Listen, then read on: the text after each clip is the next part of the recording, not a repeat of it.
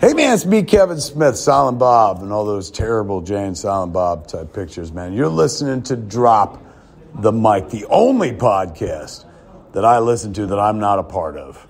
Every podcast I listen to, I usually talk on it, but not fucking Drop the Mic. That's where I'm like, let me hear what the boys have to say. And now, we drop the mic. Guys, my parents rented that movie, True Lies. Don't do it. I watched that scene where she strips over and over and over. The Silver Surfer is the loneliest dude in the galaxy. I mean, the Punisher is pretty haunted. You have no idea what you're talking about. Allison Bannister. Hi. Would you? I don't know. I like her. Yeah, I like her too. He's got a thing for me. I like you, Zach. She's hot, like Charlie's sister. Shut up. Oh my God. Yeah! Let me see that. Give it back. You want it? Come and get it. Stop! Stop! What did you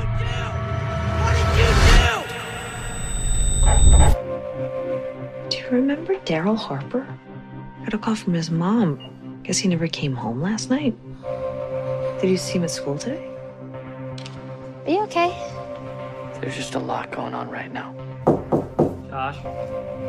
We should go back. What? I don't know, but I just keep thinking of his mom. Don't go back there. You need to listen to No, me. you need to listen to yourself. You're scared all the time. Get away from home. If anyone asks, we're not friends.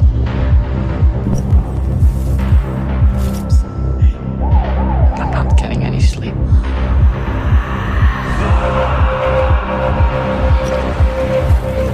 I know how you feel. No, you don't know how I feel. What's happening? We're friends.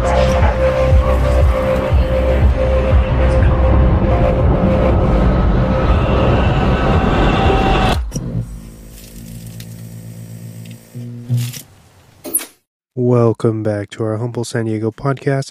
This is Drop the Mic, and we are your hosts, Wesley Swanson and Ryan Jimenez.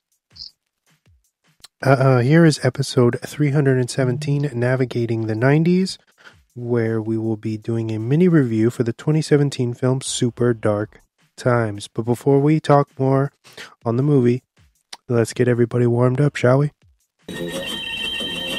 And now for a special news report. Brought to you by Drop the Mic. What's up, Ryan? How are you? What's up? How's it going? It's good to be back after a couple of weeks. Oh yeah, a little mini vacay for yourself? Mini vacay from your ass. So, why don't you start us off with what do you got for us on the news front? Yeah. So apparently Jason Reitman is set to direct a movie based on the true story of what happened during the very first episode of Saturday Night Live. So that's kind of cool, with all his ties and his dad's ties to all those OGs from Saturday Night Live. It's kind of crazy that they're gonna make a movie about that one episode, like that very first episode. Do we know when it's coming out?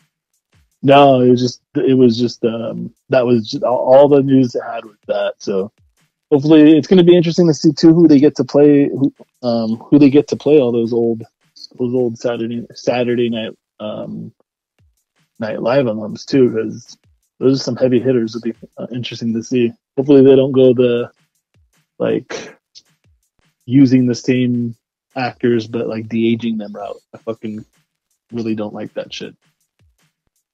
Yeah, it's a little distracting. I think they need to progress on that technology a little bit more, you know? Yeah. Speaking of, like, there was some stills, because, like, May the 4th and everything came out again about when how Luke was in, well, this might be a spoiler, but 2 seasons ago, The Mandalorian. Yeah. And like they didn't need to do that at all because the guy they got to like be his stand-in legitimately looks exactly like young Mark Hamill. Like fucking to a T. Like I don't get why they had to do it. Like I get it and like it was cool, but like it didn't need it. Yeah, it's kind of silly seeing those stills. I'm just like, okay. Like he looks crazy. It's crazy how much he looks like him. Blumhouse revealed the title to the first their first movie of their Exorcist trilogy. It's going to be called The Exorcist Believer. It's going to follow Leslie Odom Jr., who plays a father who drops off his daughter and her friends off at school, but they never come home. They're found alive in the woods 3 days later, and that's where the fucking horror starts. I cannot wait. Also, Leslie Odom Jr. fucking rules, so very exciting stuff. And I think it's still from I think the people who were at CinemaCon, they got like a little teaser, and it still said October too, so nothing has changed. So when another back-to-back great Octobers we're gonna have from last year and this year. Anthony Ramos has been cast alongside Daisy Edgar Jones and Glenn Powell in the Twister sequel, Twisters. What are your thoughts on that, Wes? That's what it's called, Twisters? Plural? I mean, I don't, I guess it works. I mean, I guess I like that better than Twister 2. Or Twisted. That's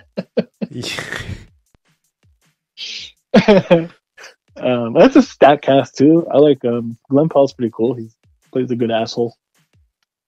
Also, at least they didn't just call it Twister again. Yes.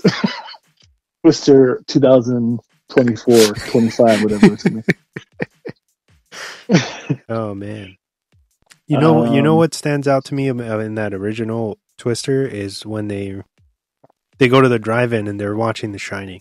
That's what pops out to me. And dude, that scene used to scare the shit out of me. We have a drive-in still in San Jose. Every time I'd go to the drive-in, I would think about that fucking scene, like knowing how there's a fucking tornado going to be coming in through San Jose, but it's always just a thought in the back of my head. I don't know, man. They had one, like a mini one in fucking L.A. I saw that. Like, what the hell? Climate change is real. Yeah, dude. Yeah, it's fucking... It was hot, and now it's raining and cold, and it's going to be in the fucking 90s next week. Joel Kinnaman has been cast in Neil Blomkamp's next film. I think it's called They Found Us. It's going to be a thriller that follows a father and daughter who are attacked on a camping trip by a hostile alien who threatens to abduct them. That sounds fucking awesome. Oh, yeah, that's not...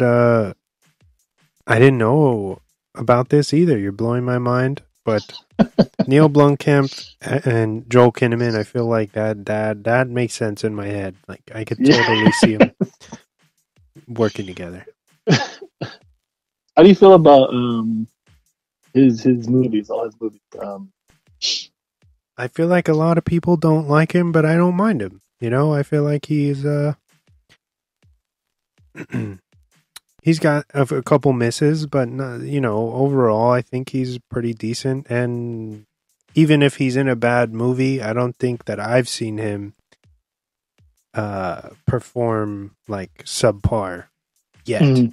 You know, not to say I've seen everything that he's done, but what I've seen of his work, it's pretty decent. What do you think? I like him. I love him. I liked him in what was he in just recently? Suicide Squad, right? Yes. Yeah, he's fucking great in that. And then fucking Blomkamp is the man. I don't know if you saw the Gran Turismo trailer. No, but that is Hopper, right? Yeah. So wild too, like completely opposite from what he usually does. But does he has a thing with Sony, right? I believe so. Yes. Yeah. I'll stand on that hill that District 9 is still the best sci-fi movie in the last 15, 20 years, other than The Matrix. Sorry. But I mean, he's got some good stuff. He's really good in the Hannah show for Prime, I think. House of Cards. Was Altered Carbon. Oh yeah, that was fucking dope. The Informer from 2019, I thought was a really good kind of crime drama. And then, unfortunately, RoboCop, the new one. Probably shouldn't have mentioned that, but it happened. He's cool in it, though. I dig him. But yeah. Don't bring that up again. We'll erase it from our Men in Black it from our memory. Let's see. According to Deadline, the final cut of Martin Scorsese's Killers of the Flower Moon has a runtime of 3 hours and 29 fucking minutes. Hey man, at this point, Scorsese's so late in his career, just let him fucking, if it was 4 hours long, I'd fucking watch it, dude. I just want like a trailer or something more than that one fucking still of Leo. Like, we haven't gotten anything, and I feel like they've been fucking filming this movie for like 10 years already. I can't remember. It might have been Cinema Blend, but I think they did finally drop like at least 1 or 2 new stills. New stills? Yeah. You gotta look that up. I know what you're talking about. The one of Leo and that one of the women at the dinner tables or something. Yeah. It's like that, and that Brandon Fraser, the whale still. It's just, that's all. It's like, is that all the movie is? Like that? It's just that. That's all anybody uses for promotional shit when it comes to that. But I don't know. I'm very excited for the Killers of the Flower Moon for sure. Yes. And that's all I got for my news. What do you got for us? I got a couple new things, none of which you brought up, I don't believe. Twisted Metal, the series, dropped a teaser recently, and they also announced a new release date for July 23rd, 2023. Did you see the new teaser with Anthony Mackie? Yeah, dude, it looks good. It looks like we're getting like a super video game accurate Sweet Tooth too, so that's fucking badass. Yes. And for all the wrestling homies, that's fucking Samoa Joe. That is insane.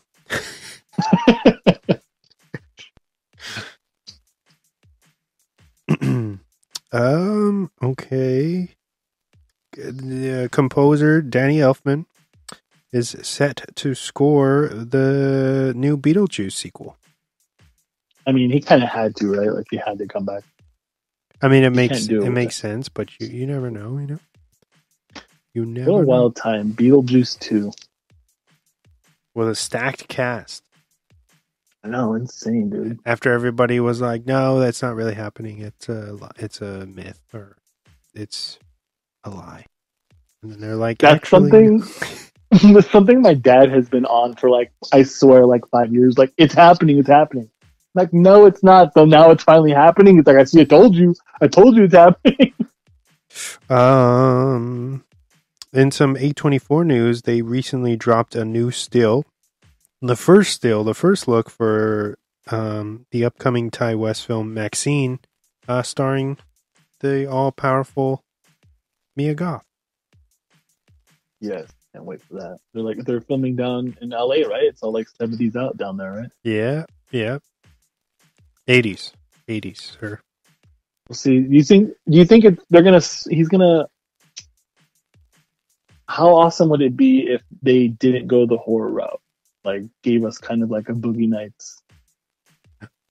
Yeah, especially because this is supposed to be a closing to the trilogy. I'm sure they're gonna shake things up and do something that we're not expecting, but it'd be really cool. And I feel like it's gonna have, and maybe I'm completely wrong on this, but I feel like it's gonna be like Fincher-esque, where it's like, how do you say it? Like a crime horror, I guess. You know what I'm saying? Mm-hmm. Like, obviously she's going to be in the city, and it seems like obviously it's going to revolve again, kind of more so because you're within the LA or whatever, but like the pornography business is going to be involved. So yeah, it could very much be like in the vein of Paul Thomas Anderson's Boogie Nights, which would be insane.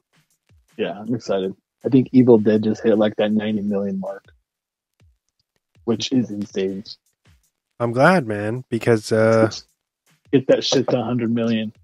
Yeah, and it does so much for that genre. Not only because it's huge, but just because it was going to be an HBO Max movie, and they decided to give it a release, and it fucking paid off. So hopefully, other studios will stop doing that and go that route. Like, I can't imagine. I'm pretty sure it wouldn't have made as much, but I think Prey would have made a good amount of money in the theaters.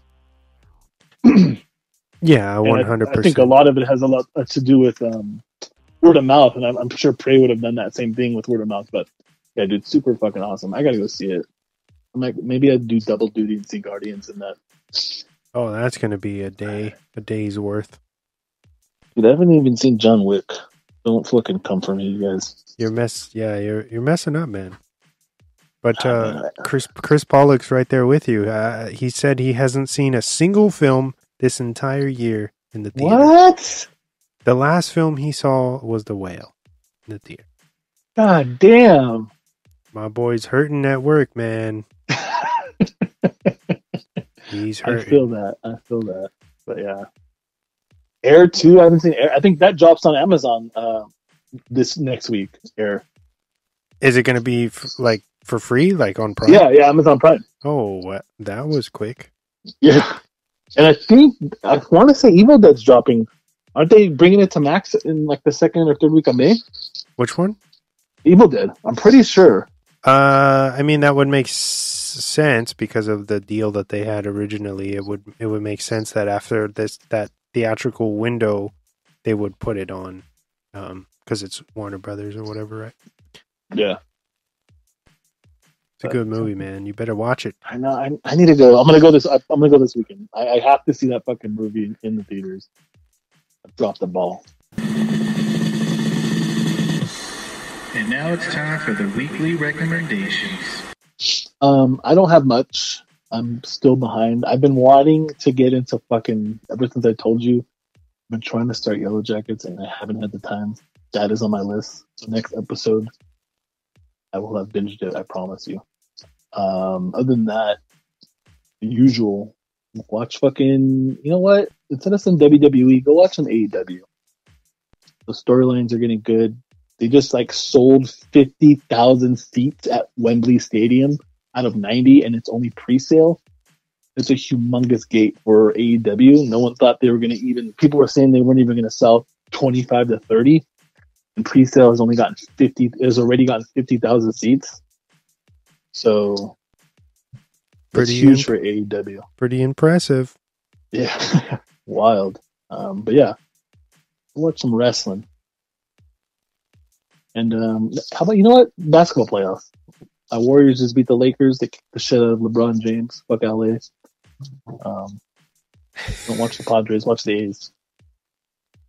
Hey, your A's are packing it up in the next few years, aren't they? Listen, Wes. The next time I see you, it's going to be an RKO.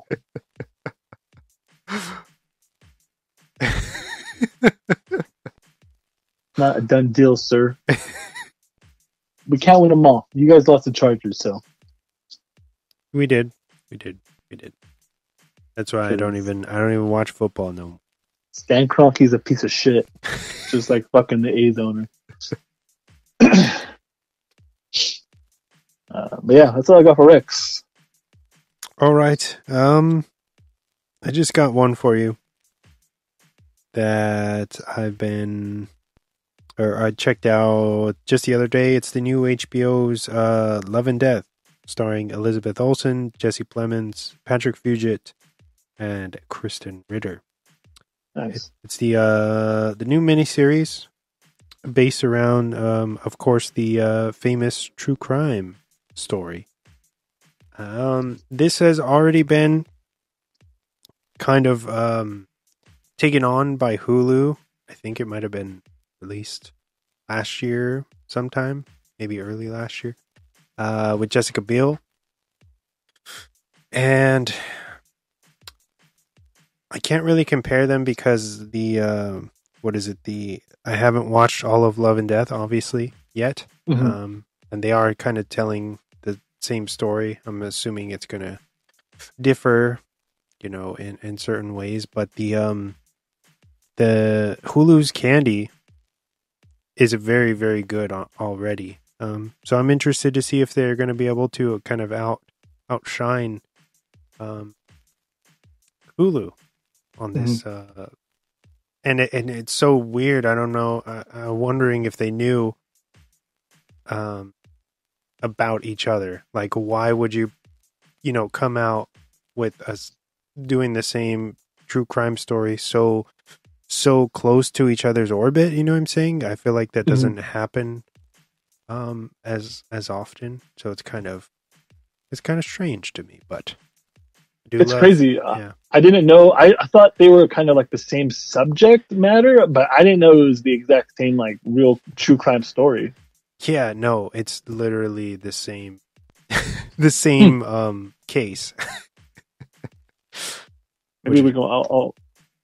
It's definitely something now that's out on HBO. Maybe because I still haven't watched. I think I want to say it's Candy, Start Candy. She might have, but to watch that and then watch that and kind of compare them. Yeah. And also people have been coming for Jesse Plemons, wondering how he's getting into these like high profile. I saw that shows and movies, and it's like, leave the fucking guy alone, all right? Dude, he can fucking act out of a fucking cardboard box. Yeah. Leave him alone. Like, he's an average looking dude, whatever. Like, leave him alone, dude. He's good. I don't know why. I don't know why like he gets the hate he does. He's just a fucking solid ass actor, and he'll get his flowers eventually. Yeah. And then everyone's gonna be fucking jocking him. But everybody out there, check out the new miniseries Love and Death, streaming now on HBO Max, or just Max, soon to be. Sponsor us. 5, 4, 3, 2, 1. And now for the movie focus of the week. All right, man. You ready to get into the main focus little mini review this week? Yeah, let's do it. All right, so we're talking about a little flick called Super Dark Times. It's unrated. It's a drama. Runs at 1 hour and 42 minutes, and it's got a very impressive 90% on Rotten. Written by Ben Collins and Luke Petrowski. Directed by Kevin Phillips. Starring Owen Campbell as Zach, Charlie Tahan as Josh, Max Talisman as Daryl, Sawyer Barth as Charlie, and Elizabeth Cappuccino as Allison. Using the backdrop of the early 90s pre-Columbine, the film centers around the disintegration of two teenagers' friendship in upstate New York after seemingly being involved in an unfortunate accident. As simple as Super Dark Times seems on its surface, the film does deal with a multitude of important themes without trying too hard. With an incredible debut from director Kevin Phillips, whose vision is perfectly realized by cinematographer Eli Barn, the film's dream sequences and sharp editing really help with the overall tone throughout. As far as its characters go, the standout would have to be Charlie Tahan of Gotham, who portrays Josh in a frighteningly authentic way. Overall, Super Dark Times is a worthy piece to sit alongside other classic troubled coming-of-age flicks such as Bully or even Mean Creek. Stream it now via Tubi. 3 milk cartons out of 5. Thank you. Of course, I picked this movie, but I want to know, first of all, was this your first time seeing it? It wasn't, but you had sent it, and I was like, okay, like I don't think I've ever seen this. And then I turned it on again, like to watch it. What I thought was going to be my first watch, and then as soon as it like the meat and potatoes of the movie started happening, I was like, wait a minute, I did see this. So yes, I've seen this before. You're like, this happened to me. This is my life. So, have you seen this more than once, or would this be your second? this was my second. I remember renting it when it came out, like on demand, and fucking loving it. And it's crazy because I just forgot about it. Yeah. I forgot about it so much that when you mentioned it, I thought I had never seen it. And like to add on to that, like you go to its Wikipedia page and there's like fucking 4 paragraphs. There's not a lot you can find on this movie. There's not a lot to hate on, you know. It takes like a very, like I said, similar in my write-up, it takes a very kind of bare bones approach to its story, but you know, where your dilemma happens very early on. It's like within what feels like maybe the first 20 minutes where the shit goes down, and the rest of the movie is just the entire, like the how do you say, the consequences, not necessarily the police getting involved or anybody even knowing, but the paranoia and the unraveling of personalities, and it's incredibly how do you say, interesting watching this kind of character study that they do in this film, where these different personalities try to navigate through the traumatic accident that happens in the movie, and how they're, you know, I guess in a sense grieving, or how they're kind of internalizing the situation, you know, trying to keep it a secret, or and it starts to just eat away at them in different weird ways. But I just thought it was it would be cool or fun to talk about, especially what I love about this, and I'm sure this is why you said you loved it on your first watch, and I'm sure now, is that the time frame that it's based in is hugely relatable. Yes, because that's our decade. You know, I feel like where we I don't know, found our identities, or a lot of us, or in our age bracket, I should say, right now. But yeah, them kind of taking it, especially being before. Was that 99? It's do you remember what year? Is it 95 it takes place? I want to say it was like 95, 96. I thought I saw in the yearbook it was 96, but it might be 95. Even the writing is very how do you say, it's very like Harmony Korine, but better. Like more solid. Sorry if you're a fan of that guy's work, but he's very like hit or miss. Yeah. Super avant-garde guy. I don't like Spring Breakers. I really wanted to, and I was like, I don't like that either. I can't believe that that's what A24 basically kicked off with. It's like, kind of crazy.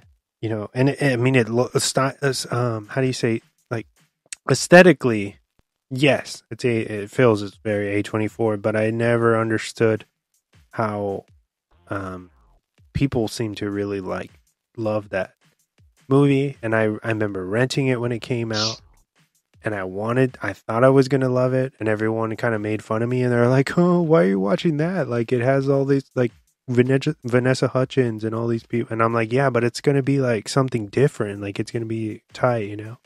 And then it was just like kind of boring, kind of ass. Yeah, yes, you can say it. And I don't know. There was not a lot to enjoy, and that was funny you say that, because I think I feel the same way about that. That it just I think I was expecting more, and that's why I didn't like it. Yeah, it was like no payoff, and that's back when I liked Franco, and he's I don't know, he's okay in it. Probably a little annoying. I don't know, a little he's annoying, off-putting. Yeah. Spring break forever. Or some whatever bullshit accent he's doing. ATL or something. But yeah, back to Super Dark Times. Even this title is pretty nuts. Super Dark Times. Yeah, it's very, just like the poster, it's kind of like eye-catching. Mm-hmm. But yeah, dude, just like you were saying, it everything pops off within like the first 20 minutes. So you go through this entire movie feeling the fucking dread. What you think is coming for these kids. I don't know. I don't want to give anything away, and the consequences of what they did. And I think as growing up in that era too, obviously not to that extent, but I can definitely, you can't relate to doing what they did, but you can definitely relate to that feeling of like something's about to pop off, and you don't know what to do. And I think that like it's very like, and not in a bad way either. It's very like stripped down, right? Like it doesn't have a lot going for it other than it's the story and like the performances. It super looks it doesn't, it was low budget, but it doesn't look low budget is what I'm trying to say, and it definitely does the fucking job. Absolutely. The camera work is excellent throughout this, and it seems almost, it's like it feels effortless to the point where then they go into this kind of art house style when the kids first get the katana and they're headed out to the forest, mm-hmm. or in that kind of field, and they're like just cutting in the milk cartons in half, and they kind of slow down and do like this insane like looking shots of them just like slicing this up, and then they like snap back into reality, and then you just see the milk cartons fall to the ground, and it's like, oh, okay, we're back into like the real world, so there's certain like heightened experiences throughout this, especially once the accident happens. Zach, right? Yeah, Zach. Yeah, so once the accident happens and everyone's kind of feeling their consequences, he starts having like these, I don't know, fever dreams or like hallucinations, and a really cool detail that I noticed is that in real life, Zach has a broken arm. He has a pink cast that stands out throughout the whole thing, and how they tell you that it's like a dream sequences that his cast is missing. I'm not sure if did you pick up on that? I didn't pick up on that. Now that I'm thinking about it, you're talking about like when he's in the living room, right? Yeah, in the living room, or when he's with Allison, like out by the tree, like all of those sequences is the way that the hint that this is not really happening is that his cast is gone. I feel like there's a lot of little things that warrant multiple viewings for something like this, Mm-hmm. Also, how crazy is it that they open the film with like the illegal kind of cable box soft porn channels? Yeah. the classic scramble that doesn't exist anymore. Like you were saying in the beginning, it's so, I wish, it's so crazy because like us being in this age now, it doesn't kind of really feel like it was that long away, that far back in time. But I wish movies would do that whole mid to late 90s thing, because definitely does the nostalgia part very well. I like too how it kind of, I don't know if you you picked up on this, but I felt like it being in the 90s with no cell phones, with no internet, when shit pops off, you literally have to fucking run around the neighborhood or call a landline. And I think it adds to the dread and the tension that's going on. Yeah, absolutely. Because it's like, it was almost like, it feels very like Wild West. Like nobody knows unless you want them to know. You know what I'm saying? Does that make sense? Yes. Yeah. Like if you're not at home, and even Zach's mom points that out when Daryl, the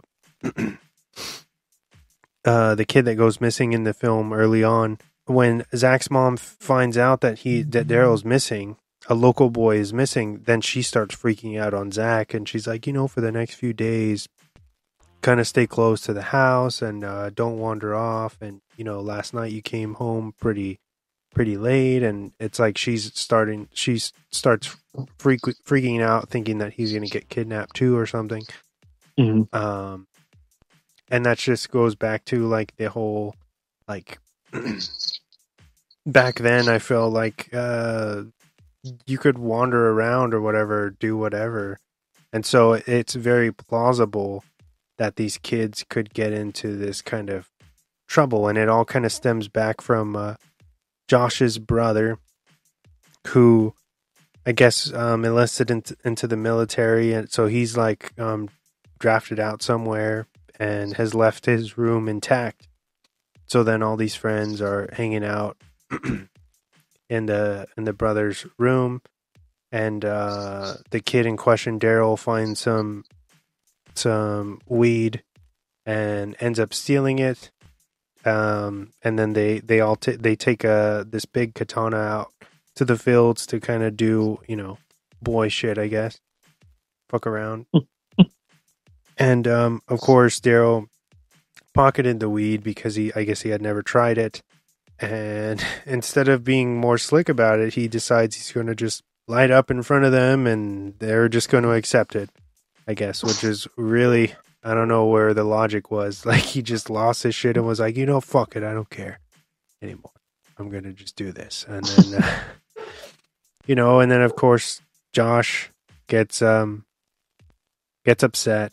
And I think it's not so much the weed itself, it's the principle of it. And I feel like all of those kids, including Charlie, their relationship with Daryl is very like on the rocks. It's almost like nobody really is digging Daryl.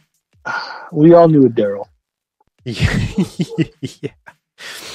And it's just funny, and I feel like this film does it like the scenario that goes down, it does it very well because it's realistic, and it depicts how, especially like in youth's lives, how one bad decision can change the course of multiple lives, Yeah. And in this instance, in my opinion, I think there's different theories out there, but I think that it was Daryl's fault because they had already squashed the beef, and then he came back. Yeah, of course, Josh was kind of egging him on and stuff. But had Daryl not come back and tried to scrap with them, the katana, there would never have been a fatal issue, Yeah, no, for sure. I think all that, like, their lives are basically ruined because of Daryl's actions, right? Him, being a dumbass with that katana.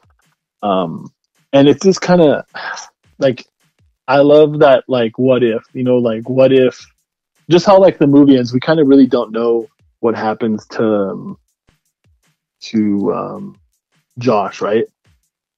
Yeah.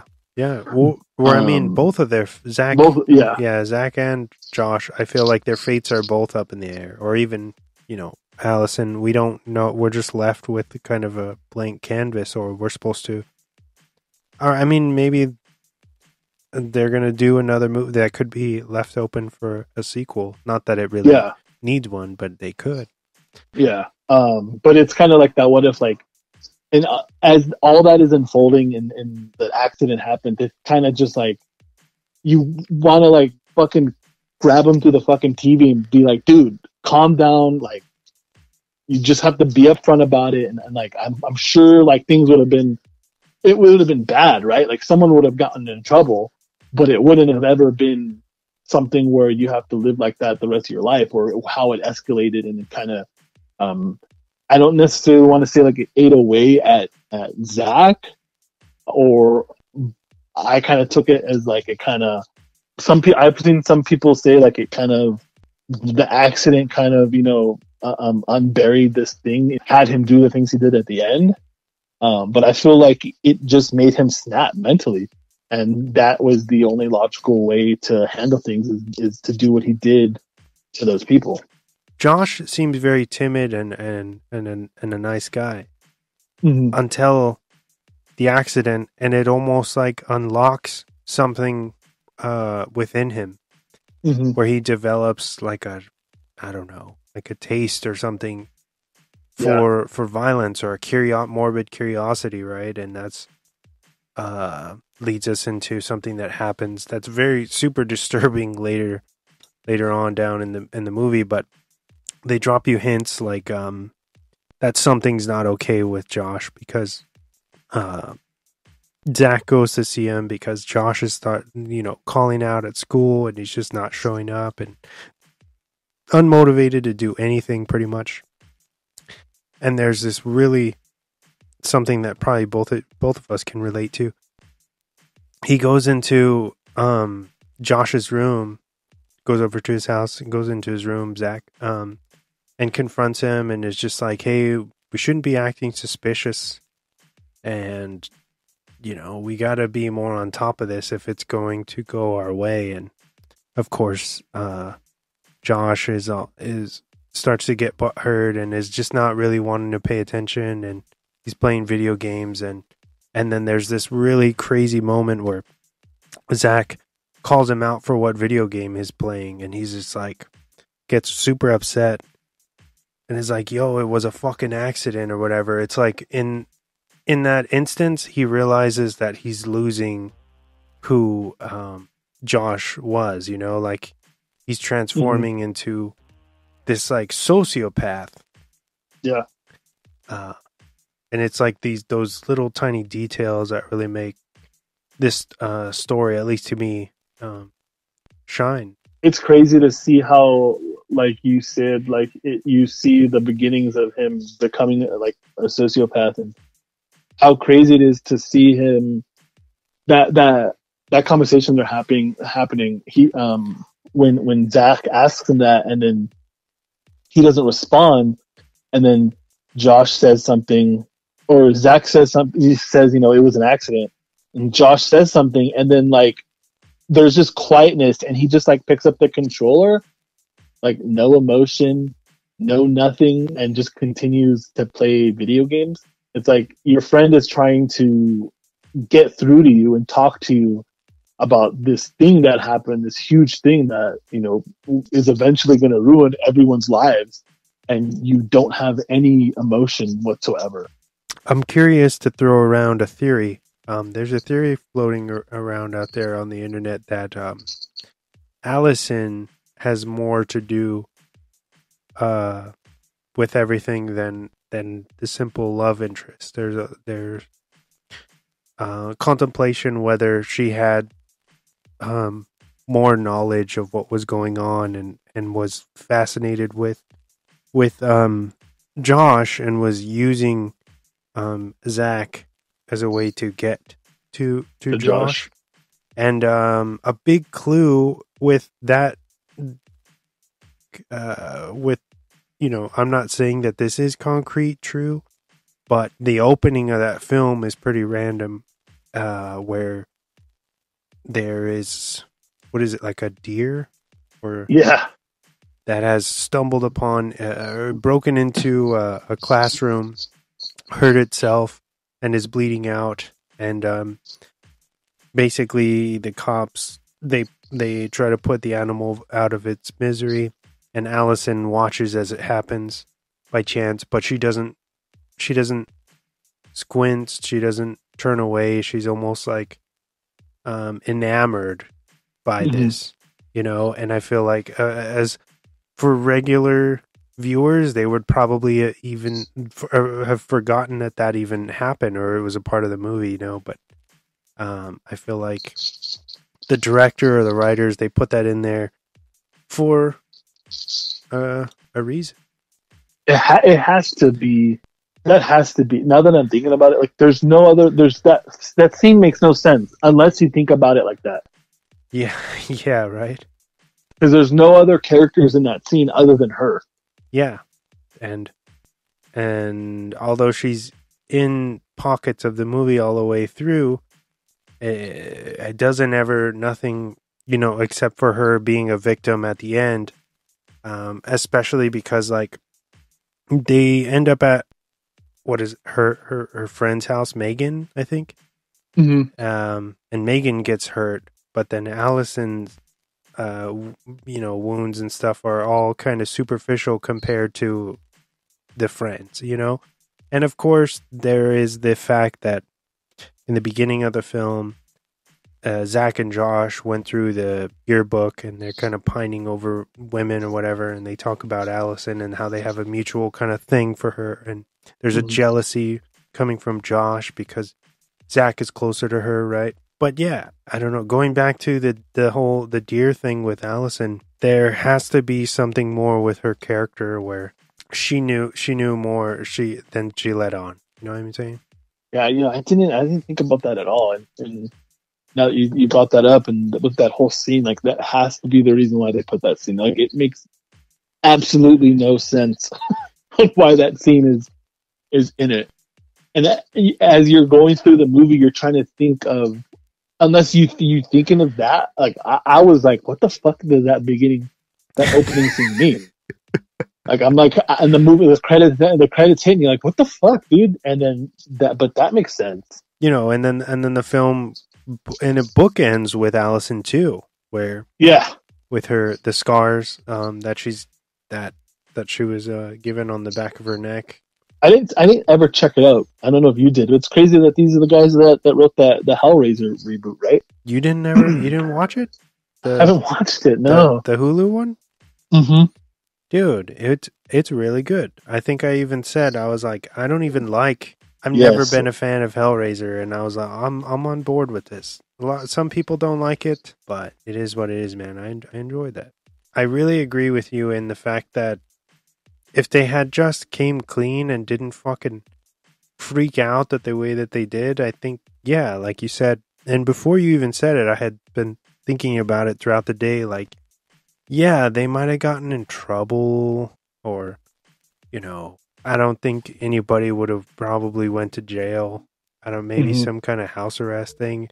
And also, they shouldn't have pulled out the knife. I think if they went and got help, or just remained calm, he wouldn't have bled out the way that he did. You know what I'm saying?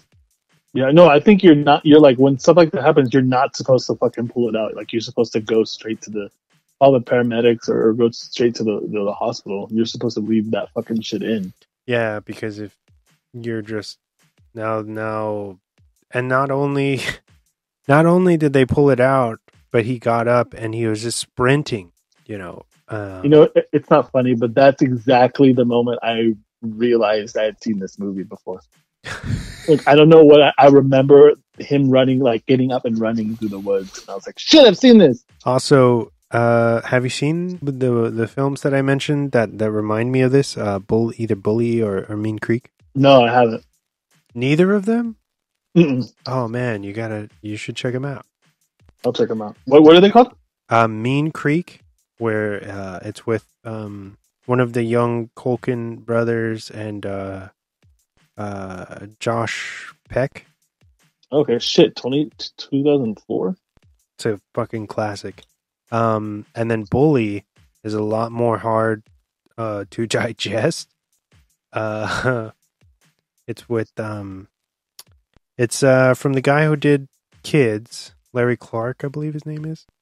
Mm-hmm. It's with Nick Stahl and the kid from Apt Pupil, Deuces Wild, and oh, okay, yeah. I haven't seen this. This is on it's on Prime. It's got Bijou Phillips. Yeah.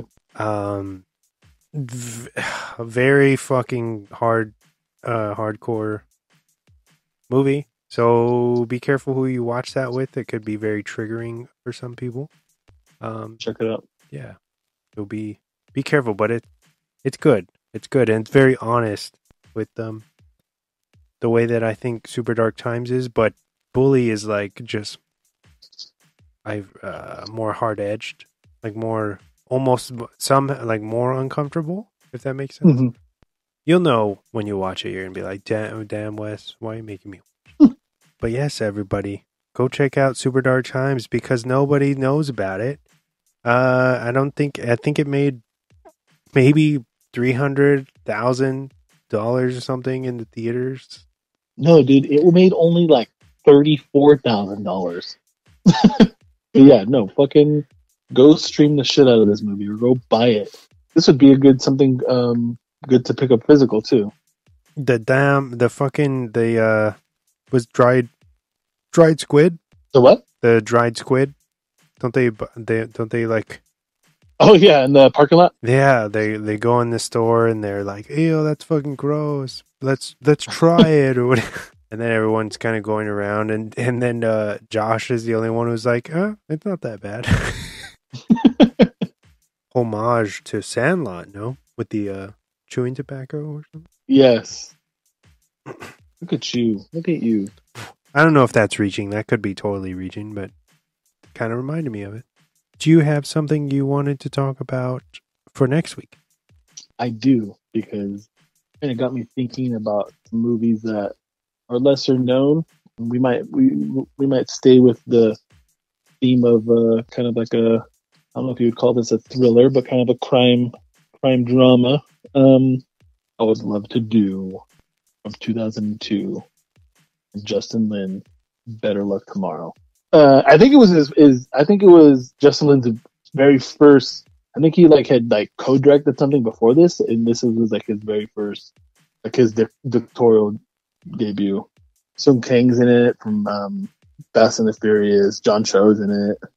Oh yeah, and it's streaming on Stars. Everybody, you can watch it. Yeah, but yeah, Better Luck Tomorrow.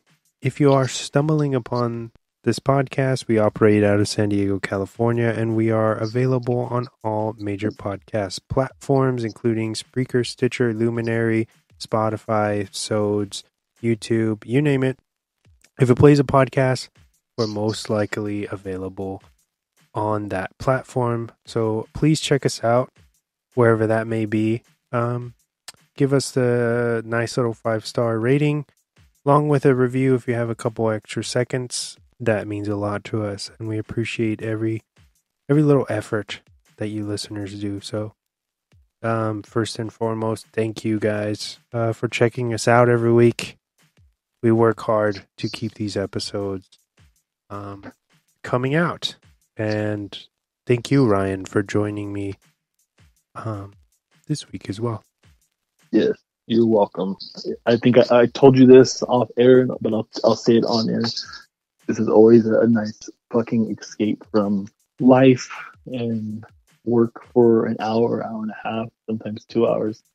So always fucking awesome to come on here. And yeah, we seem like we work hard, but Wes works 30,000 times harder than everybody else that is associated with the show. So give Wes some love. Give him some flowers. Give him a kiss, a wink. But this man does it all for the show. Also, follow at @dropthemic_podcast on IG if you don't already. Or our Twitter handle is also @dropthemicpod altogether. Check us out on there. If you want to be a guest, hit us up. We're always open to patching people in. If you want to break down your favorite movie, or if you've noticed we haven't done a movie that you're really interested in and you want to hear our perspective on it, hit us up. Slide into those DMs appropriately, please. Yes. And yeah, this was a lot of fun, Ryan. Thank you for joining me to talk about Super Dark Times. Everybody check that movie out because it doesn't get the love that I think that it really deserves, despite the rotten rating. And I don't know, until next week, my man. Yes, see you later. Have a good night. Be safe. All right. So, this is Ryan Jimenez, Wesley Swanson signing off, saying good fight and good night. Josh, I went out to the woods again. What? Yeah, and I saw that someone took the sword. What? Did you talk to Charlie? Yeah, obviously I fucking talked to Charlie. Why are you yelling at me? I wasn't yelling at you. Yes, you were. I wasn't yelling at you. Look. Okay, Josh, this is... Look, we need to be talking. like really talking, not like you showing up at my house sometimes and like bumping into each other at a fucking party. Like, we're friends. And I need my friend back, you know, because we're in this shit together.